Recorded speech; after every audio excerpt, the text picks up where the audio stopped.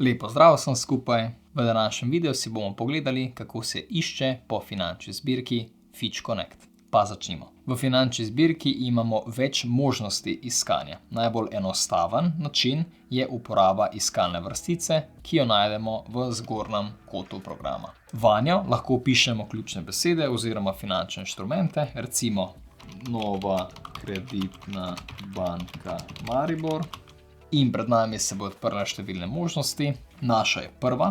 Pomembno je tudi, da je desno označena. To pomeni, da jo je bonitetno ocenil tudi Fitch. Če kliknemo na njo, se pred nami odpre to podjetje z številnimi bonitetnimi ocenami in pa drugimi finančnimi podatki v spodnjem kotu programa. Iščemo lahko tudi bolj podrobno z uporabo te podkategorije. Če kliknemo na Advanced, se odprejo še številne druge možnosti. Recimo, da želimo iskati samo raziskave, kliknemo na Research in odprejo se raziskave za Novo kreditno banko Maribor. Levo pa imamo različne datoteke oziroma novice.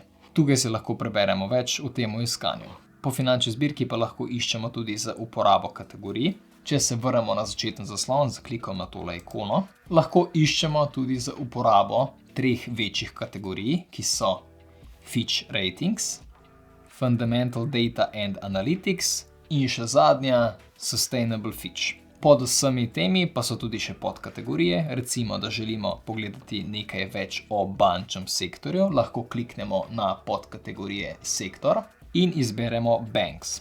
Pred nami se bojo v bistvu odprle vse novice oziroma datoteke, ki so kakorkoli povezane z bančnim sektorjem. Na desni strani so tudi bolj specifični dokumenti, ki so najbolj popularni v tem momentu in so vezani direktno na izbrano podkategorijo. Levo pa je konfigurator in pa filtri za naše iskanje. Konfiguriramo lahko in kakšne datoteke bomo iskali in iz katerih geografskih regij so, kdaj so bile objavljene te datoteke in pa kakšen jezik je v njih.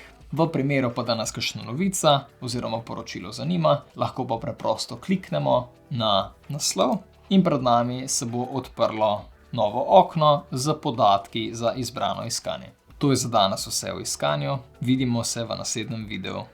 Hvala.